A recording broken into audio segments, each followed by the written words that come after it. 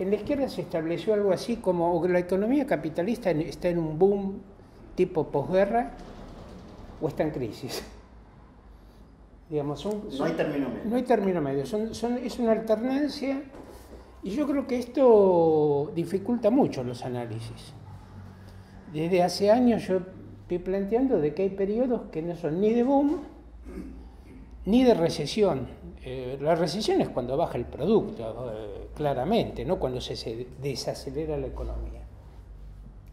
Y entonces, digamos, esta dicotomía, boom o crisis, no nos permite entender matices, cuestiones que son más complejas. Bueno, este es un aspecto que quería señalar. Por ejemplo, esto ya viene de antes. Ustedes saben que en 1873 empieza una gran crisis en el capitalismo, fue la primera vez que se habló de Gran Depresión o depresión económica. Después vino la del 30, nos olvidamos de esta, pero fue la primera vez.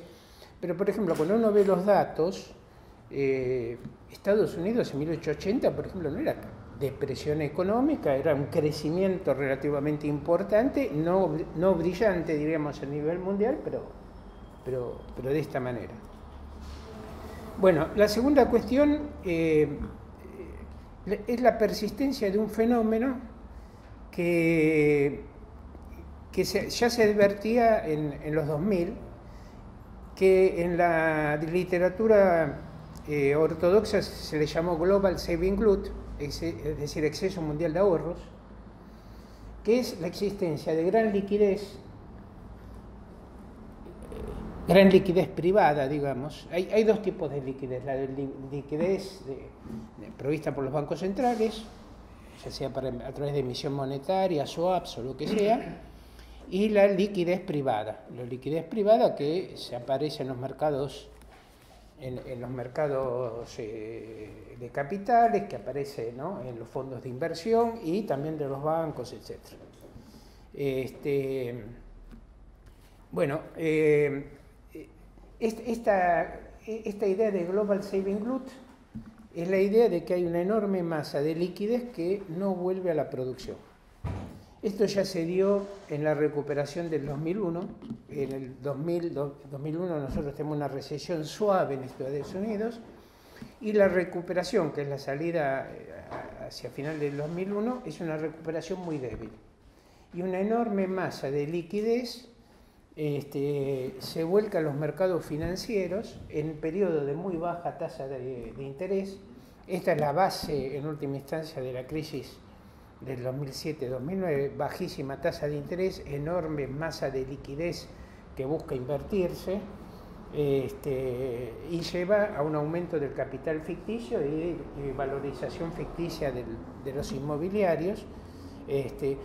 Hay un elemento que es distinto al actual, que es que efectivamente, de todas maneras, hay una fuerte inversión en la construcción inmobiliaria, en la construcción de propiedades. De hecho, la participación del sector construcción en el PBI de Estados Unidos aumenta casi un 50% en pocos años.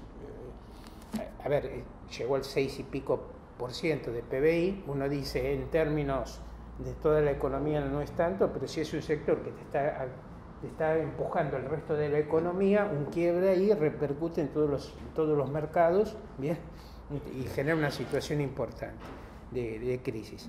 Bueno, es interesante en este sentido que Marx le llamó una situación de este tipo plétora del capital. Una plétora del capital, para Marx, es una situación de mucha liquidez, bajas tasas de interés, lo mismo, ¿no? Pero en lugar de poner el eje en el exceso mundial de ahorro, es en la caída de la inversión, es decir, de la acumulación del capital. A ver, no es solamente un problema terminológico, digamos, sino tiene que ver con otro enfoque, digamos. El enfoque en Marx y en los clásicos es qué pasa con el excedente, si se acumula reproductivamente o no. Ese es el eje. Yo planteo que ese es el problema en Argentina, por ejemplo. La deuda externa y todo eso son epifenómenos de ese problema más profundo. Bueno, y relacionado con esto, que es es parte de mi enfoque.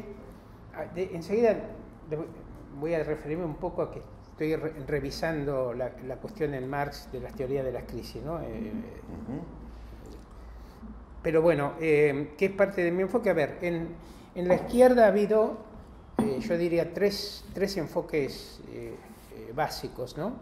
Uno que hace todo el eje en la acumulación del capital, la relación de tendencia a la caída de la tasa de ganancia, acumulación del capital, ¿bien? Y donde yo pienso que hay una misma valoración de los fenómenos financieros y monetarios. En mi opinión, un caso de esto es Hayek, ¿no?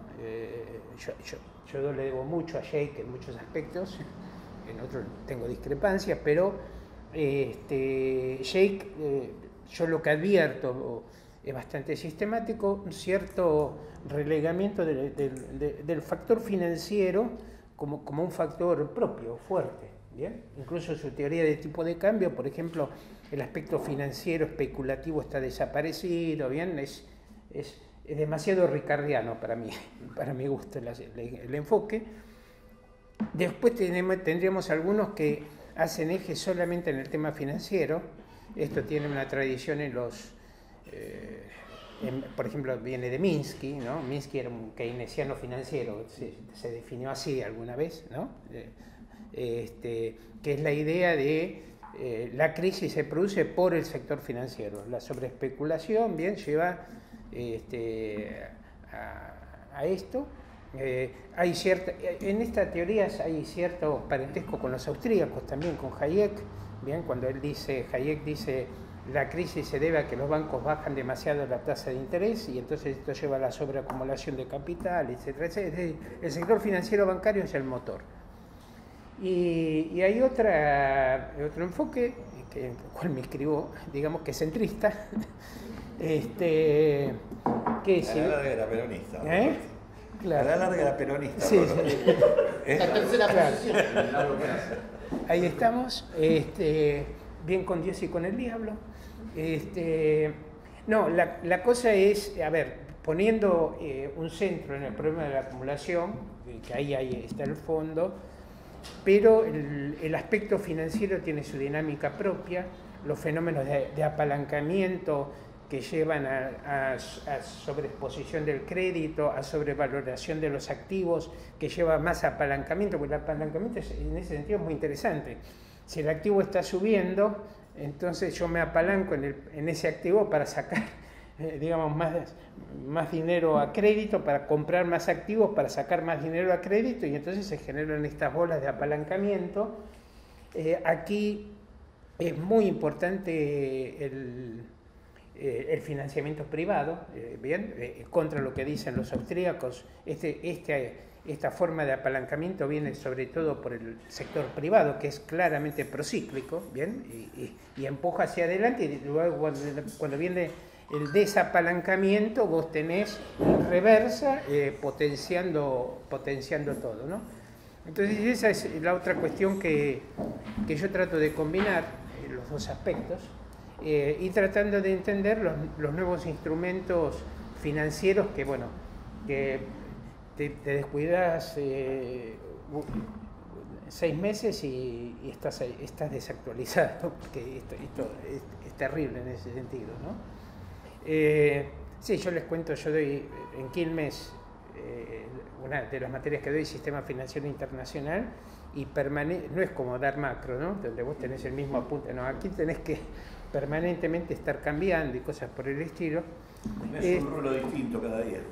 Sí, porque por ejemplo, a ver, digo, después de la crisis financiera se pusieron ciertas disposiciones para tratar de frenar un poco algunos elementos de especulación muy fuertes. Por ejemplo, hay una disposición por la cual gran parte de los derivados de intereses, por ejemplo, ahora se hacen a través de clearing, digamos, de cámaras que son privadas pero compensadoras, donde, digamos, la cámara toma responsabilidades por la ejecución de los contratos. Sí, aumenta la garantía, piden más garantías. Y aparte hay que hacerlo a través de la Cámara, claro. Se ha institucionalizado. Se institucionalizó los márgenes y todo lo demás. Entonces, o por ejemplo, se aumentó los ratios de capitalización de los bancos, estas cosas se hicieron. En ese sentido, a ver, porque hay que evitar también esto de decir, como a veces también lo escucho en la izquierda, todo lo que hace la burguesía empeora siempre todas las cosas. No, bueno, es gente que algo entiende del asunto. Lo que pasa es que,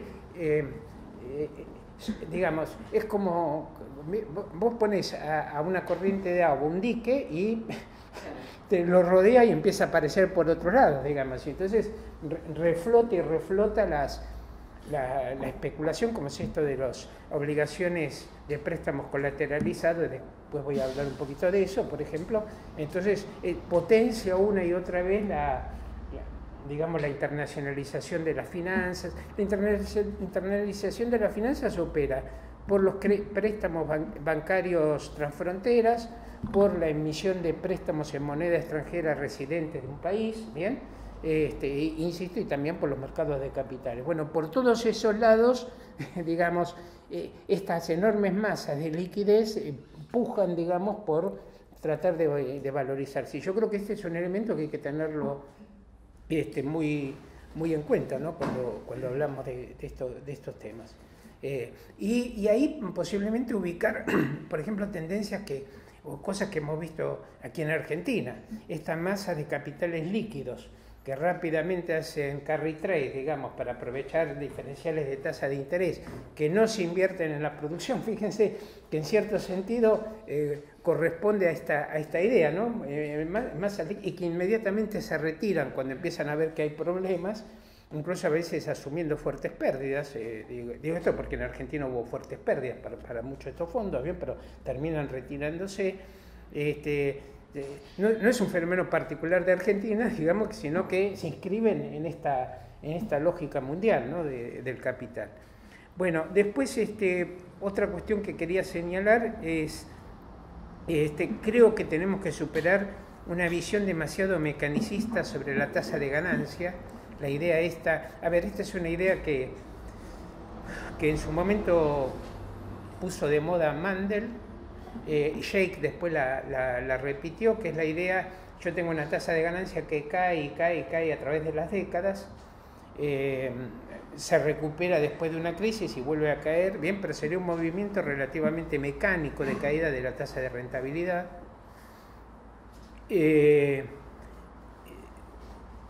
Bueno, este es un... Bueno, hubo incluso algún caso que fue ya más, yo creo que hasta absurdo, alguien sin ningún dato, pero planteaba que hizo un gráfico una vez, la tasa de ganancia está cayendo desde 1800 en adelante, y sigue cayendo. Ese tipo de cosas no funcionan. En realidad, cuando estudiamos las trayectorias de la tasa de rentabilidad, vemos que es mucho más complejo el fenómeno. Por ejemplo, para darles un caso, en los 25 años previos, o casi 30 años previos a la crisis del 30, no se advierte una caída de la tasa de rentabilidad en Estados Unidos. Sí se advierte sobre el final, digamos, de los 20. Tampoco se advierte antes de la crisis del 2007-2009 una caída tendencial de la tasa de ganancia. Entonces aquí yo creo que hay fenómenos que son, digamos, que hay que encararlos con otros instrumentos. Yo desde hace unos años reivindico los enfoques que plantea la teoría del caos, por ejemplo. ¿Bien? Es decir, la teoría del caos plantea que superados ciertos umbrales, por ejemplo, vamos a suponer de acumulación de capital, en este caso, empiezan a generarse movimientos caóticos y convulsos que no se pueden, ahí venía el tema, que no se pueden predecir con el herramental de las ecuaciones deterministas, y que generan escenarios completamente distintos. Entonces, ahí, bueno, yo hace tiempo planteo que es necesario revisar la ley de Marx, la ley de la tendencia decreciente de la tasa de ganancia, No porque no exista algo de esto, sino porque funciona de maneras más complejas a como incluso Marx las ha planteado, etcétera, ¿no? Que bueno, ahí viene una discusión importante con el teorema O'Keefe, etcétera. ¿Por qué estoy señalando esto? Porque, por ejemplo, algunos marxistas, a ver, aquí hay también que evitar una cuestión que es, cuando los números nos dan como yo quiero que den, empiezo a manipular las cosas hasta que den como yo quiero que den, ¿no? Claro, por ejemplo, a Jake lo de la caída tendencial de la tasa de ganancia en los 2000 no le daba, no había manera de demostrar que desde el 80 al 2000 la tasa de rentabilidad había bajado para el capital, al contrario, se había restablecido. Entonces Jake dice, bueno, no, lo que pasa es que hay una tasa de ganancia oculta que nosotros marxistas la conocemos, pero el resto no lo conoce, entonces yo explico que esa baja y estoy arreglado. Claro, incluso porque la tasa de rentabilidad es una señal de superficie para el sistema, es decir, es en la que se basan los capitales para decidir si invierto o no invierto, etc. Ahora, ¿por qué señalo esto? Porque desde los 2000, o tal vez un poco antes, se ha planteado en la literatura lo que se llama el puzzle de la inversión y la tasa de rentabilidad. A ver, la idea de que una alta tasa de rentabilidad favorece la inversión no es una idea de los marxistas solamente, es una idea que uno encuentra en los papers del Fondo Monetario, del Banco de Pagos Internacionales, etc. Es decir, cuando van a la realidad, que no tienen que escribir un manual de macro para los chicos, sino que vamos a ver cómo funciona la cosa en serio, ahí la tasa de rentabilidad está bien como un factor importante de la inversión. Y, por ejemplo, la tasa de interés no juega el rol que se le da en los manuales de macro en la decisión de la inversión. Bueno, lo que sucede desde los 2000, por lo menos en forma bastante llamativa, es lo que se llama el puzzle de la inversión. El puzzle de la inversión es porque, a pesar de que ha habido una recuperación de la tasa de rentabilidad, la inversión se mantiene débil. Y sobre todo se mantiene débil después de la crisis del 2007-2009. Hay un dato que no puse, porque no sé por qué se me pasó de ponerlo en el apunte, pero digo, globalmente, en los países avanzados, la inversión está en promedio un 25% por debajo que el nivel precrisis del 2007. Es decir, bueno, igual, cito varias fuentes, todos dicen lo mismo, debilidad y debilidad de la inversión. Con el siguiente elemento, aumento de la participación de los beneficios en el ingreso en los países adelantados. Hay una explicación del FMI que a mí no me llega a convencer, pero bueno, es una explicación que ellos dicen, esto tampoco lo puse en el coso, pero digamos, ellos lo que plantean es que por grado de concentración aumentó el markup de las grandes empresas. El markup de las grandes empresas igual es un reflejo de que la tasa de rentabilidad no ha bajado, pero digamos, usando la teoría de Kalecki, el aumento del markup es una distribución regresiva del ingreso, digamos, en perjuicio de los salarios que pierden pie en relación a los beneficios. Entonces aquí tenés una enorme masa de beneficios que, insisto, en un contexto de inversión débil y que se mantiene como... Ese dato que da Bloomberg es realmente asombroso. Por ejemplo, que las empresas japonesas tienen casi 4,8 billones en el sentido nuestro, digamos, español. ¿Billones nuestros o billones ya? Billones nuestros. Billones nuestros. Millón de millones. Trillion ingleses, digamos. 4,8 billones de dólares, digamos, el equivalente, ¿no? Billones de dólares en el sistema bancario que no va a la producción. En Estados Unidos, en el plazo creo que fue en los últimos años, bueno, ahí está el dato mejor, más de las corporaciones de Estados Unidos acumularon más de 5 billones de dólares en liquidez. Gran parte de esto se usa para recomprar acciones, lo cual es un aumento de capital ficticio, es decir, se valoriza la acción sin que haya realmente un aumento de la producción. Otra parte se usó para fusiones y adquisiciones, redistribución de dividendos muy fuertes, ¿bien? Bueno, y gran parte de esta liquidez alimenta entonces los mercados financieros. A la par de que ha ido aumentando por las operaciones, incluso se distribuyen dividendos y se toma deuda, en muchos casos, aprovechándose de las bajísimas tasas de interés, es decir, una situación de extrema baja de las tasas de interés favorece esto.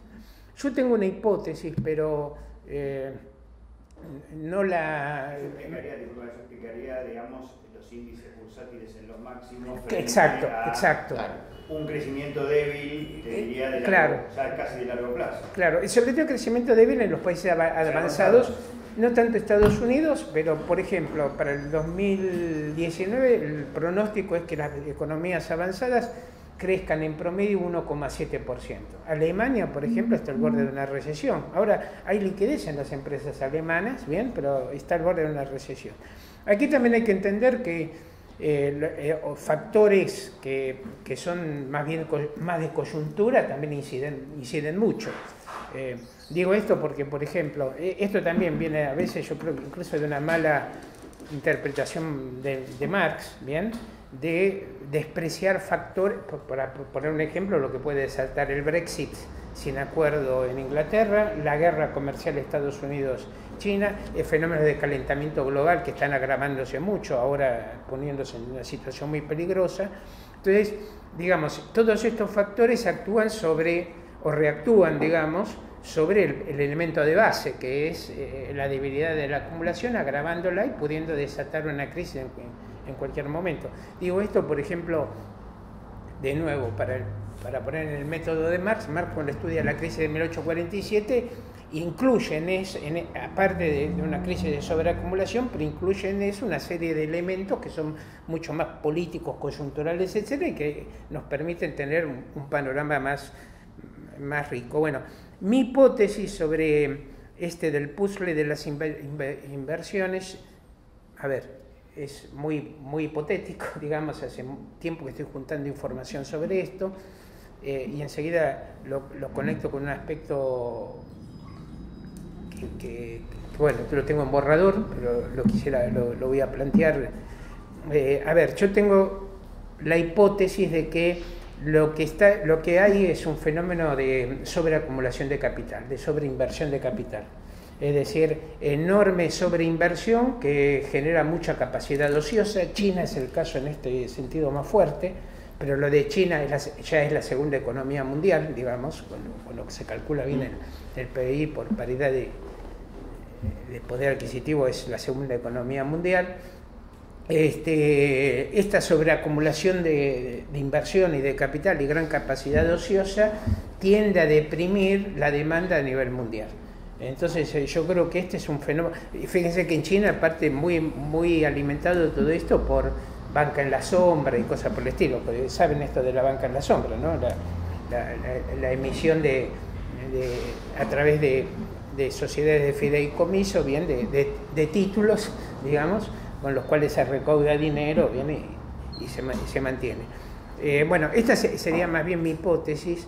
En el siguiente sentido, los fenómenos de fuerte acumulación, como se dieron en los 90, ¿bien? Y en China, que siguió en todos los 2000, llega a un punto donde se generan estos elementos, que no es una crisis clásica de sobreproducción, que se hunde la economía, pero se entra en un periodo de acumulación débil, vacilante, punteada por crisis importantes, como va a ser la de Brasil, la de Argentina, la de Rusia, cuando cayeron los precios del petróleo. Es decir, este sería el panorama, y crecimiento de desbalances cada vez mayores. Bueno, en este sentido, remarco, por ejemplo, hay un economista inglés con el cual yo tengo bastante contacto, porque hemos hecho hemos coincidido mucho en la crítica de la teoría monetaria moderna, Michael Roberts, por ejemplo. Pero Michael, yo lo que veo, a ver, estoy buscando la manera de planteárselo, ¿no? Porque, elegantemente. Sí, elegantemente. Claro, a ver, él está, por ejemplo, él dice, la tasa de rentabilidad en Estados Unidos ya está cayendo, bien, pasó a ser prácticamente negativa y cosas por el estilo, bueno.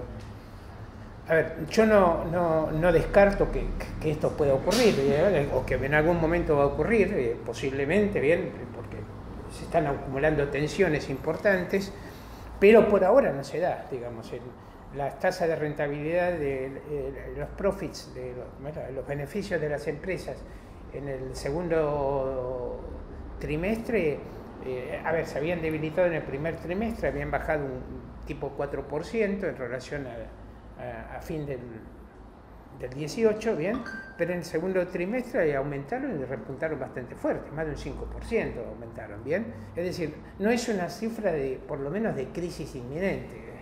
Puede estallar por otro lado, bien, pero tenemos que tener un poco de cuidado en esto. Pero sí me da la impresión que es muy importante esta cuestión de este crecimiento débil en una economía que está nadando en un mar de deuda. La deuda global, privada, pública, etcétera, en estos momentos se está calculando en 250 billones de dólares.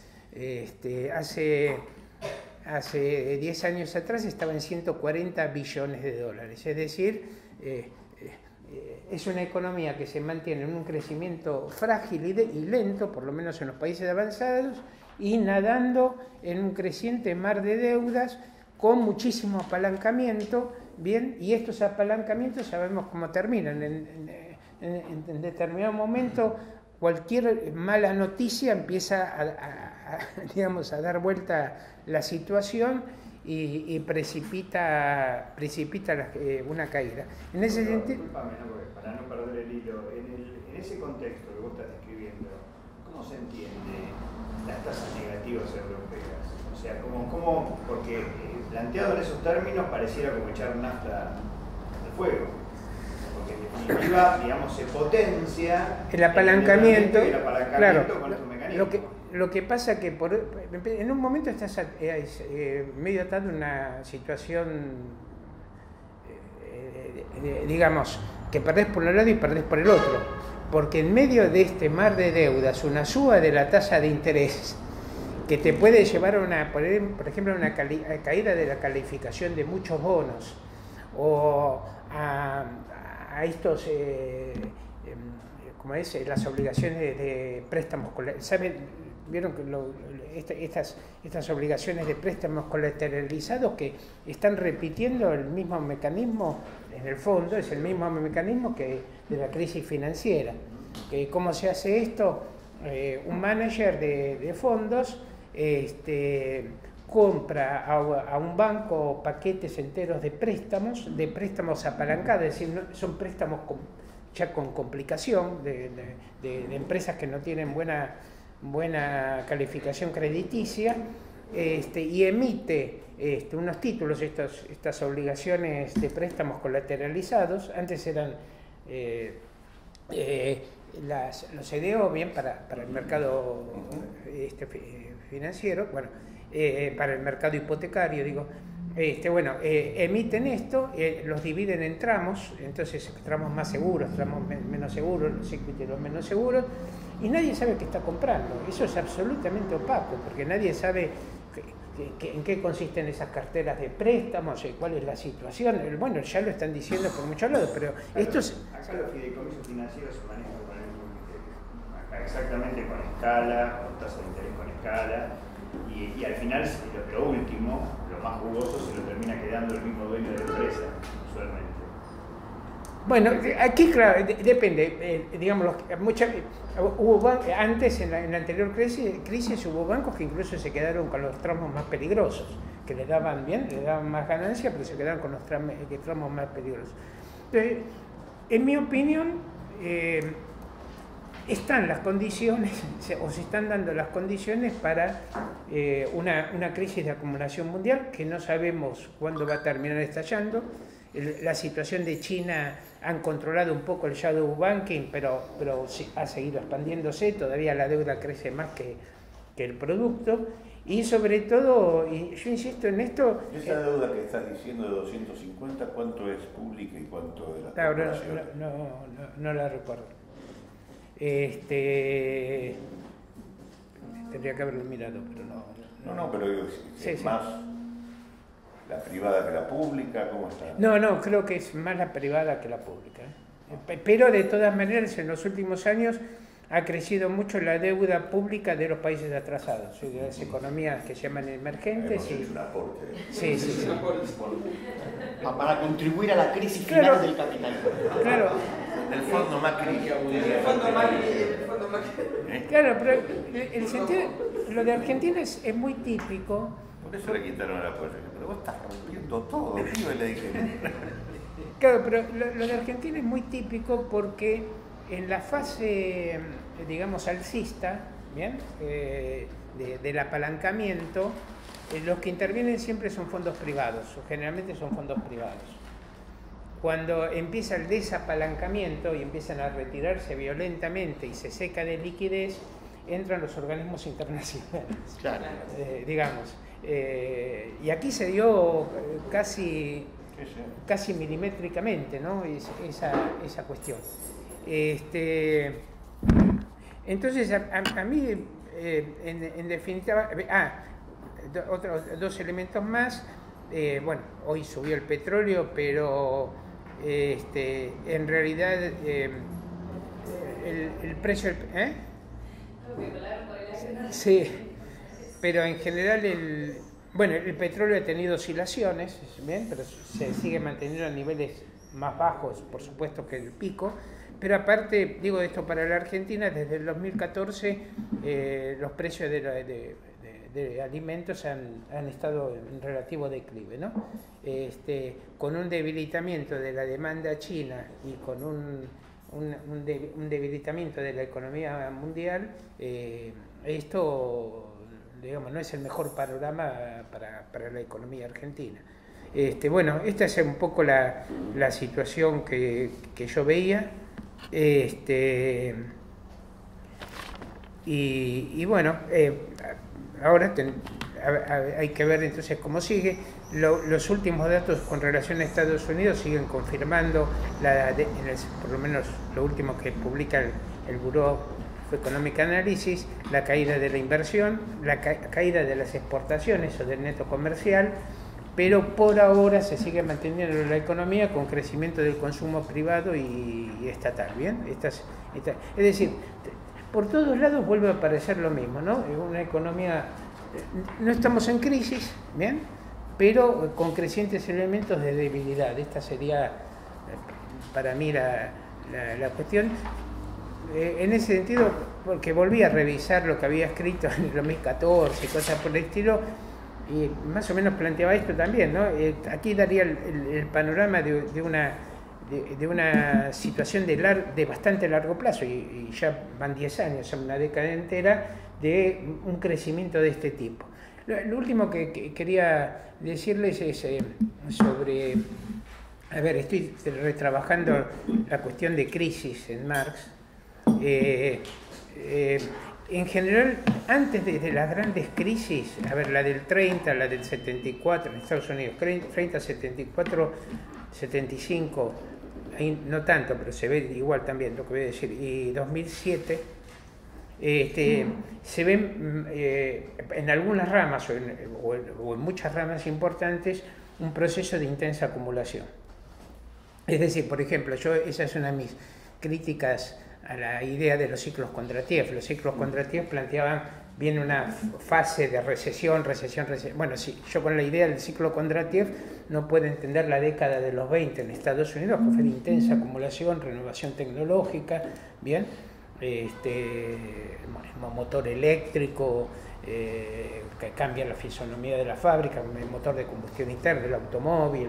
Bueno, eso es una era Fordismo, etcétera, es una década de alto crecimiento de la productividad, etcétera, que termina en una sobreacumulación de capital terrible, y la sobreacumulación de capital lleva a presión bajista de precios, caída de la tasa, es violento el proceso, de nuevo vuelvo a esto, son giros violentos, no es un proceso gradual y mecánico, sino saltos donde se producen caídas de este tipo muy violentas, y arrastrando de conjunto a todo el sistema, y de los cuales se genera, de esos periodos de sobreacumulación generan mucha sobrecapacidad, sobreinversión, que cuesta mucho tiempo eliminarlos. Y cuando la crisis afecta no solamente a los mercados de capitales, sino también a los bancos, se agudiza muchísimo. Por ejemplo, no está descartado que esta crisis termine también en crisis bancaria. Por ahora no se ve, el Deutsche Bank hace poco estuvo contra las cuerdas, pero parecería que la fueron capeando, pero bueno, ese tipo de crisis se profundizan. En ese sentido,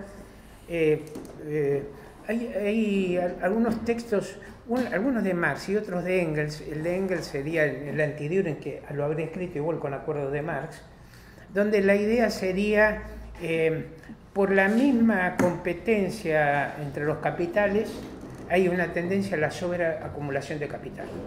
Es decir, la idea esa, hay una idea, yo creo que es muy fuerte, que ahora yo lo quería ampliar,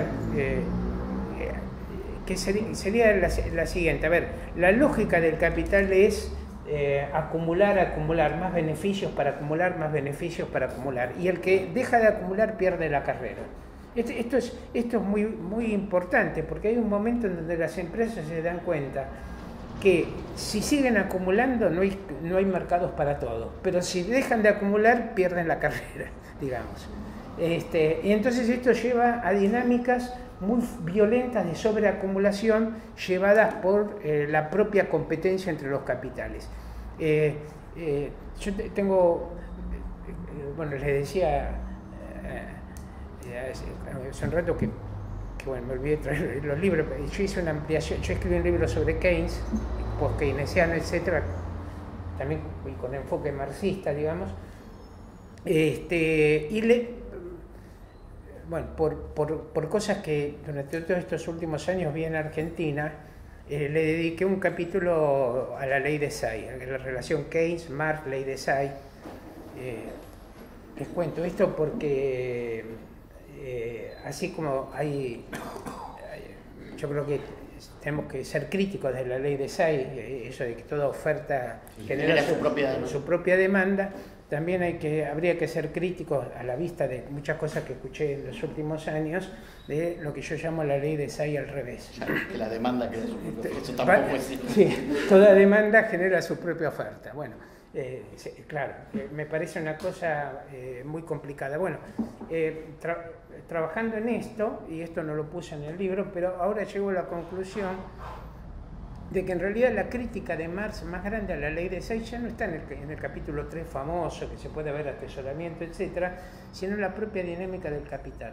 Es decir, esta idea de producir, ganar mercados, y el que no, bueno, eso lleva a los abarrotamientos periódicos de los mercados, a que la oferta supere la demanda periódicamente, y a las crisis periódicas. ¿Bien? Que es una idea de Engels en el Anti-Düren, y que encontramos en Marx en el Capital, y que la caída de la tasa de ganancia opera por esto. Es decir,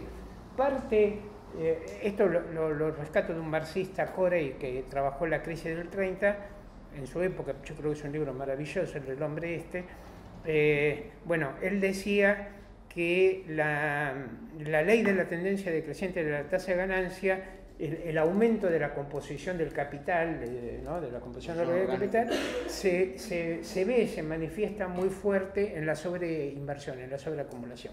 Es decir, que parte de esa, de esa tendencia al aumento de la composición orgánica, en un determinado momento empiezan a caer los precios, empiezan a caer los beneficios de las empresas, y no se puede recuperar lo invertido, termina provocando estos desastres y de nuevo con fuertes repercusiones en los mercados financieros. Al repercutir en los mercados financieros, entonces potencia, digamos, la caída. Pongo un solo ejemplo sobre esto.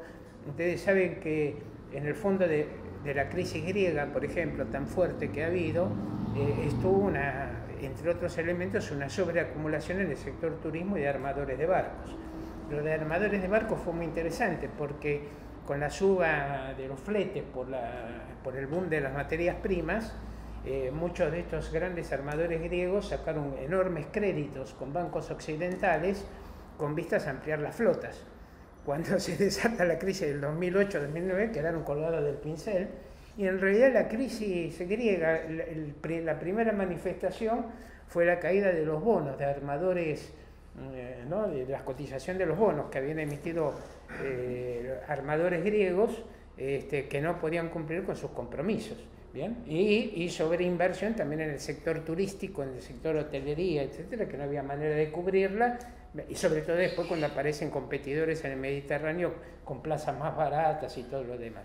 Siempre, toda esta cuestión, bueno, ya termino, porque si no, esto es muy largo, pero toda esta cuestión yo creo que hay que enmarcarla en un aumento de la tasa de plusvalía. La tasa de plusvalía, yo creo que el próximo mejor que tenemos la participación de salarios en el ingreso o participación de beneficios en el ingreso, en